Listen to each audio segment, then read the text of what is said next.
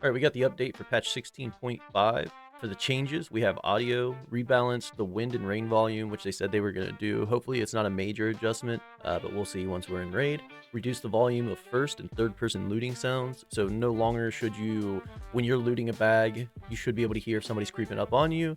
And the other side of that is you shouldn't hear other people looting, at least not so far away. Before, it was pretty substantial how far away you could be and still pick up the other person's audio for looting. Now I'd suggest, or I would imagine that is substantially lower.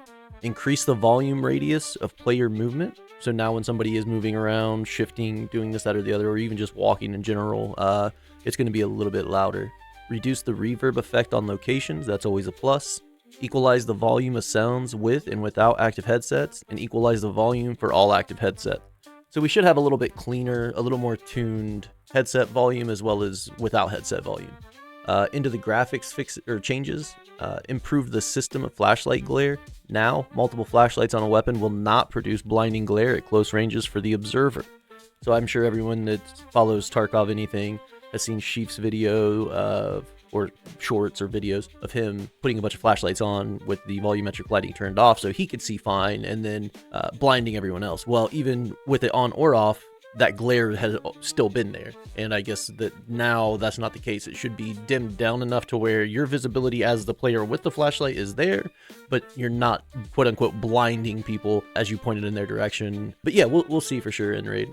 On to the balancing changes. Added a new case for storing keys in stash, available for purchase at Therapist Loyalty level 1 and 2. So that's pretty big. We knew that was coming. We just didn't expect it to be so soon. Hopefully you're able to stash your docs cases in there as well.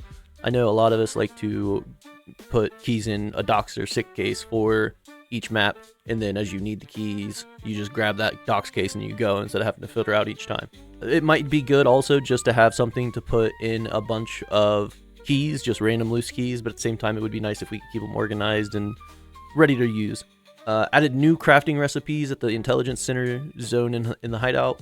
That's always nice. It felt really underutilized, so it'll be nice to see what they've added for us to do in there. Removed the found in raid status for all ammunition. This one is surprisingly big.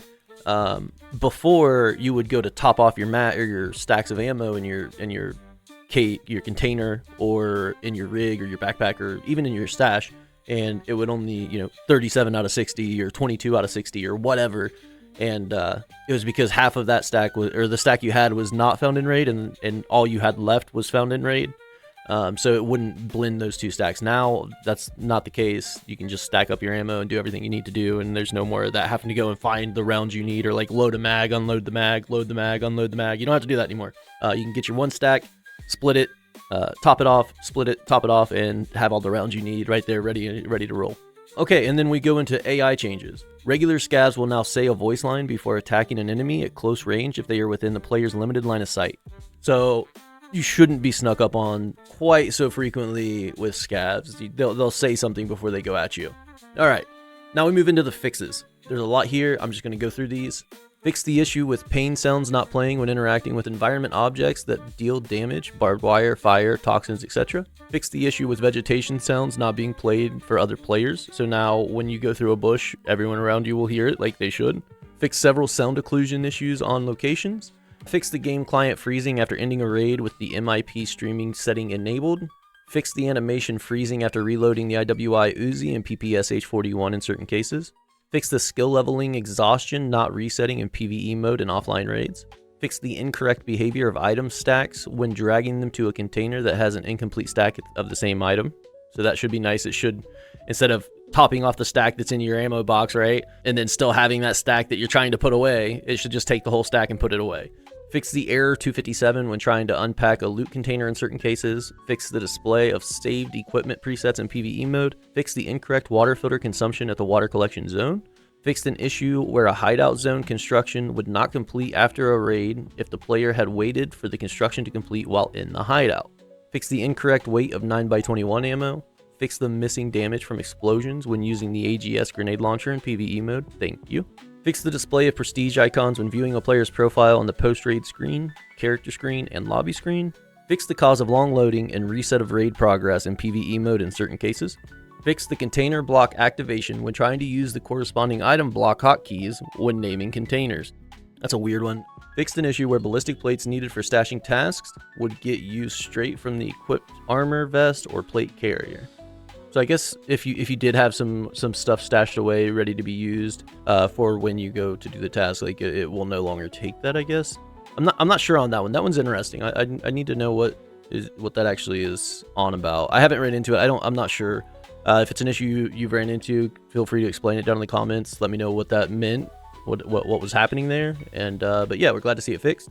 Multiple fixes for calling and geometry bugs on locations, cool beans, and multiple fixes for AI behavior mechanics. So that's everything that they hit us with for changes, graphics, balancing, AI, and fixes. That's the patch 16.5 update. Now we'll move over to Twitter. We got a short video 5 hours ago of a bear and a USEC firing at each other, or at least firing in what looks like some kind of dark lit area. And then you see some rounds on the floor. Not entirely sure what that one's about. There's not a lot of detail in there. We could be missing something, but I don't think so.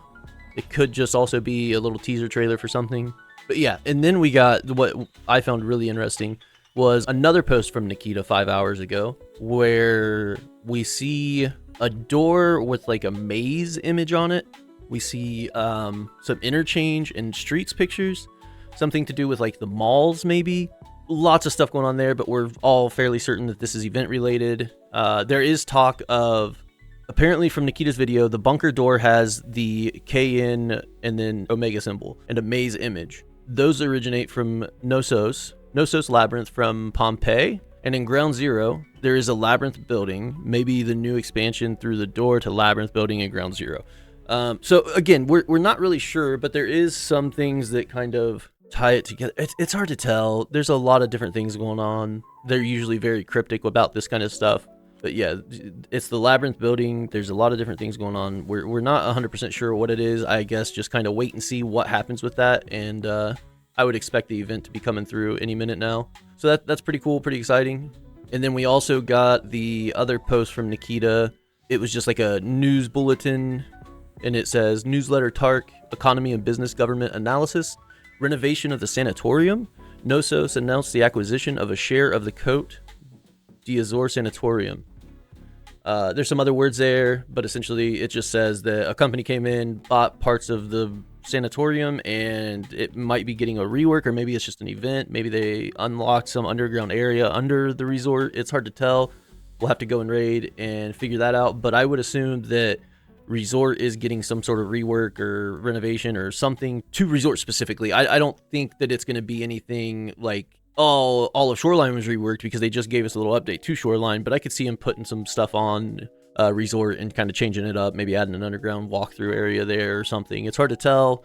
Could be completely off topic there, but I'm not entirely sure. We'll find out once the event drops in raids or in game, so we'll know for sure later. But that's everything that's happened today. This was all posted 6 and 5 hours ago. Lots of speculation with what the event is, where the event's going to be at, what map, how to do, the usual stuff leading up to an event. So I guess get ready, keep an eye out, and we'll see you guys in raid. See ya.